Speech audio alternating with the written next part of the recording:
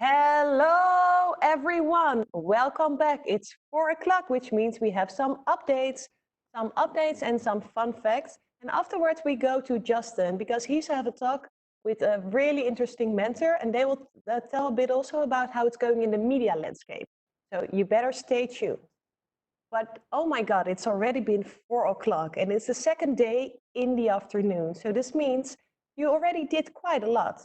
And I'm curious to see, how are you doing? Has it been really like a roller coaster, or has it been going quite smoothly? I called my brother-in-law because he's also joining. So heads up for him. Derek, lekker bezig. And yesterday evening, I spoke to him and he was super confused. He was like, I'm not sure which problem do we need to solve. And then this morning, he was really stressed, like, I don't have a mentor. But I just called him just before now and he was really happy. He said, I'm confident.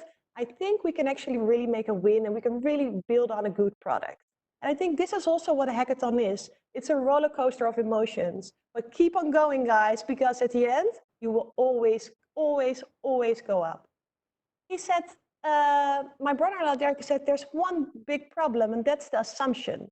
Well, as the startup terminology always goes, assumptions are the mother of all fuck-ups.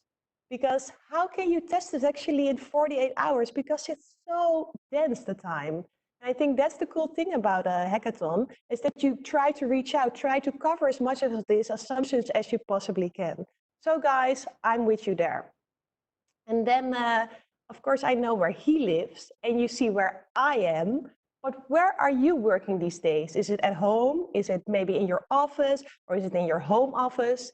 Please, I would love everyone to share and to make a selfie and share that online in our Slack channel. Because this, I think, would really give me, but also all the other teammates and all the other people who are responding, insight of where you are. And then about tonight.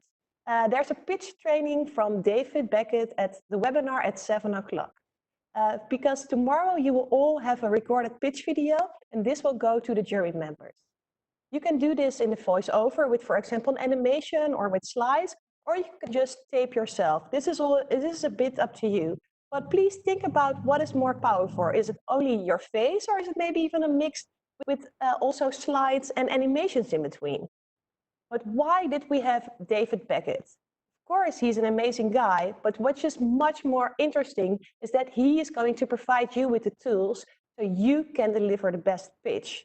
Because you are working so hard that it would be, of course, wonderful if you could get your message across really, really well. And also for all the other ones, so for example, the mentors, please join in with this pitch talk as well, because everyone, I think, can really learn something from this pitch training, because it is all about how can you online the best present yourselves. And if it looks like this, we will be online quite some time. Now I have one important announcement to make, and that is tomorrow, sorry, our final has been postponed to 7 o'clock. Or I will say it again, our final event has been postponed to 7 o'clock. This is because we would love to give our jury members really the time to revise and discuss all the wonderful things that are coming in, so that they have a bit more time, so they can really make the good choices of who will be the top 3, and then eventually who will be the winner. So who is going to decide? I'm really, really proud to see that we have such a diverse mix of jury members. There are 9 people in total. And I will tell you just a little bit about 3 of them, and tomorrow you will hear much more. So maybe start off with Elizabeth Stevens. She's Chief Operating Officer at Incision, and she was former director of Booking.com. But also, let me tell you about James van Thiel. He's a director of Northern Europe Google Technical Services. And because we would love to have a mixture between bigger corporates and investors, we're also so proud to have Jacqueline van der Ende, who is a partner at Peak Capital, which is an investment firm. So a really good mixture of people from the investment firms, but also people from the corporates. So these are the ones you have to seduce and show that you are really in here to win, and also you are in here to stay, because you really want to solve one of the big problems. So for tomorrow, we would love everybody to see what we have been working on. So I would also love to ask you, please post something on your social that tomorrow there is a finale. at 7 o'clock. We made beautiful images and we would love to ask you to also put them online. Also, for example, share it with your family, your mother, your father, because how great would it be if they see you live there? There's a live stream and everybody can turn in. So this was it for now. I hope to see you again a little bit later tonight at 7.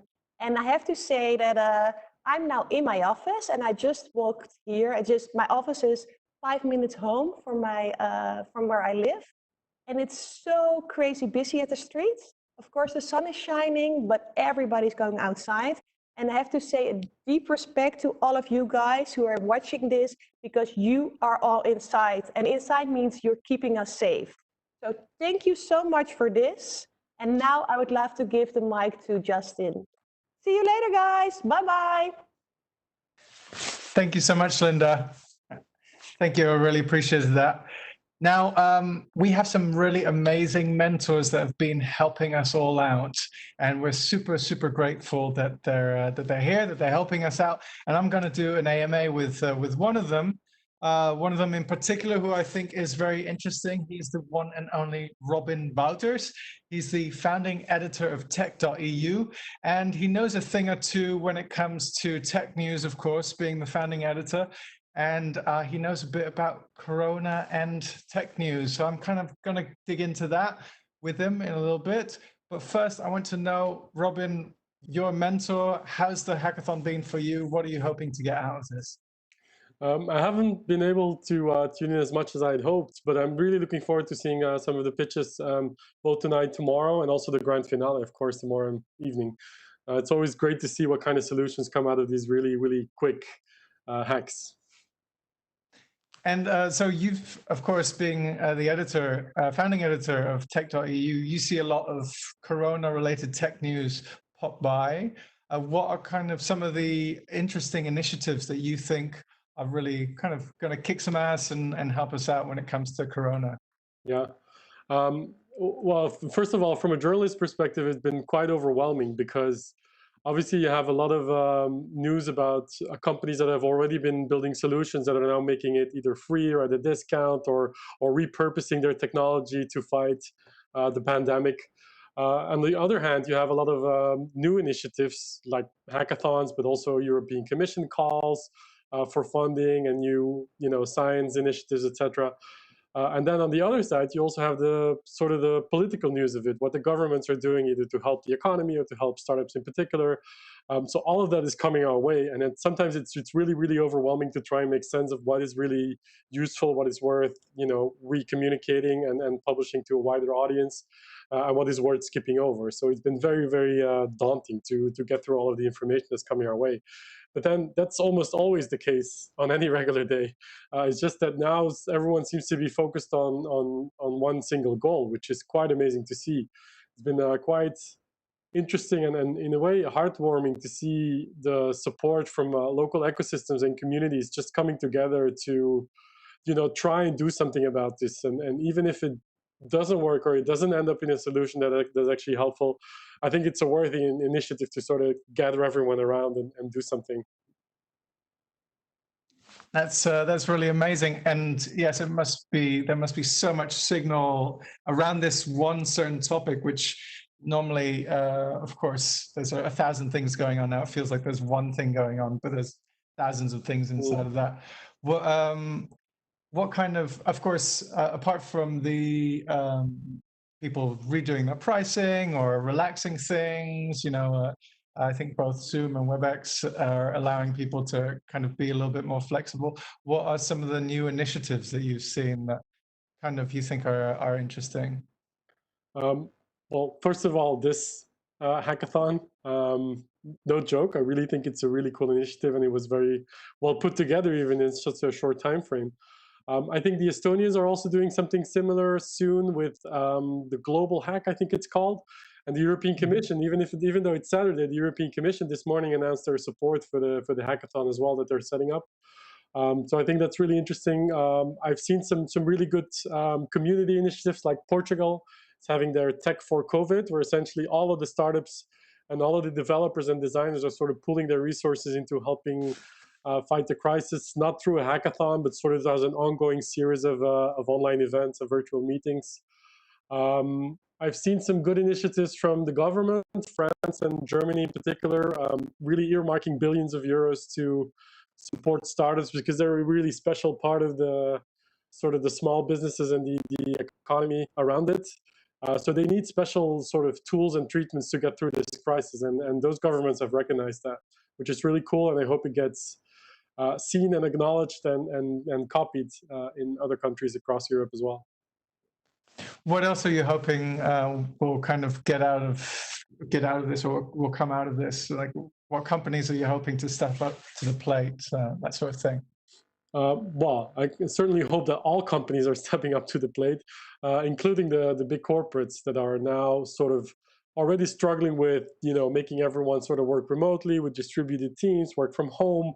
So I get that it's complicated, but at some point when they have their ducks in order, they need to get started on building solutions and supporting also other people and organizations that are building solutions, whether it's financial or through resources or through awareness. Whatever they can do, I think they should do. The other thing that I'm interested in seeing is that whenever you have sort of this hackathon or this like startup weekends type of arrangements, on the one hand, it's very cool to see people sharing knowledge and like sharing resources and pooling, different skills together to build something. But it's always better if there's a purpose behind it, whether it's a certain vertical or a problem that you're trying to attack, and in this case, finding the crisis. But the interesting thing is, if you think long term, like what is going to come out of this, it's probably going to mean a lot more connections between people that might have never ever met one another or seen each other or seen each other's work before, that will now sort of ripple through long term, which I think is going to result in new companies being built, new partnerships, new relationships, whether it's professional or personal. And I think that's always good to see. You bring people together, whether it's virtual or offline, through events, and then magic happens. It's almost always the case. Of course, a lot of people are hurting. What kind of tech news have you seen that come by of companies that are kind of having a difficult time and might need some help? Well, I think there's very, very few startups that are not having a rough time right now. I think all of them are struggling, with maybe the exceptions of companies that are obviously building solutions that thrive well in crises like this, online conferencing tools, video conferencing, telemedicine, digital healthcare. Other than that, I think a lot of companies are struggling, and I think we haven't even begun to see the devastating effect it's going to have on startup ecosystems around the world. And not just startup ecosystems, just to make clear, because that's my area of expertise, but I think the global economy is going to take a hit that's going to take a very, very long time to recover from. But yeah, it's very difficult for startups to sort of come forward and say we're struggling when they're already trying to make ends meet and trying to make their people sort of get used to working in a different way, changes operations, even on a small level. I think every startup feels that. We're only in the beginning of this, so I think in a few months it's going to be even tougher for a lot of these startups. They don't have a lot of runway, which is sort of inherently true for all startups. But now, of course, they have to cut their projections. Their valuation might have gone down in just a matter of weeks. Their whole reason of being might have changed because of this crisis. So it's going to be a very, very tough time for a lot of people for a long time. So those are not re-encouraging words, but it's sometimes you have to call the truth for what it is. I like that. We need to call a spade a spade. A spade is spade. That's the person I was looking for. Thank you. Yeah, you're very welcome. And so let's dig into startups for a little bit, since it is your area of expertise. Of course, a lot of investors are kind of like waving a flag of like, yeah, well, everything's good over here. Is that really the case in your mind? Are like a lot of startups not able to raise money now? A lot of introductions used to be physical. How's that working right now? Yeah. So there's a couple of elements that I would like to talk about. One is that, first of all, there are certain investors that are actually exploiting the situation to engage in what I would call very horrible behavior. We've seen some examples of it. We've seen other investors talk about some of the things they've seen that are unacceptable. cutting valuations after term sheets have been signed, really being untruthful or not getting back to founders at all, even if they've been weeks or months in the process of raising funding. So yeah, that I think needs to very much disappear from the ecosystem, even on good days, but especially on bad days. If you're exploiting a crisis situation like this, it's really sort of it's a call to other people to never ever to work with them, whether they're co-investors or startups or LPs. Those are the kind of investors you want to avoid, even if we're in good times. So secondly, I would say that for a lot of companies that were already in the process of fundraising, I think it's true that investors are still open for business. I don't think they're going to withhold investing if they've already been in touch with companies. For anyone that just started the fundraising process, I think it's going to be next to impossible to close it. There's always going to be exceptions. There's investors that say we're open for business. We do, online virtual meetings, and we'll invest in any case. And we've seen some examples. Oh, we just signed a term sheet this week for a company that we only met 2 weeks ago, whatever. Those are exceptions to the rule. Let me be very clear. It is going to be extremely tough for startups to raise funding in this environment. And it's going to last for quite a while. Because what you have to take into account is that investors are not a charity business. They're also in the business of making money for their investors and their LPs. And these LPs are also looking at the scale of this problem, this global economy collapsing, which is affecting their operations and their deal flow and their ability to invest in funds also quite a lot. So these funds and these investors know that, of course. So if they make really stupid decisions and we go all in for business and they make the wrong kind of decisions in the following months, it is going to reflect very, very poorly on them. They might have trouble raising their next fund as a result. So what I think you're going to see is that you're going to see a massive slowdown in funding in the next few months. There's sort of a trailing. We're only going to see these effects in 2-3 months because, again, like some of these companies that have already started these fundraising efforts months ago will still be able to close. I mean, I wrote about a round for a Belgian tech company, no less, raising at a 2.3 billion valuation just this week, announced like 112 million. But I'm pretty sure this conversation started 5-6 months ago, if not before. So I think those high rounds, and anything from early stage to very, very large rounds are going to go down. They're going to go down inevitably. I think M&A is going to pick up in terms of activity because there's going to be some consolidation, but not in terms of value. I think, if anything, everything is going to go down. Hold on. Wow, that's impressive. Slightly scary, depending on where you are. Sorry for that.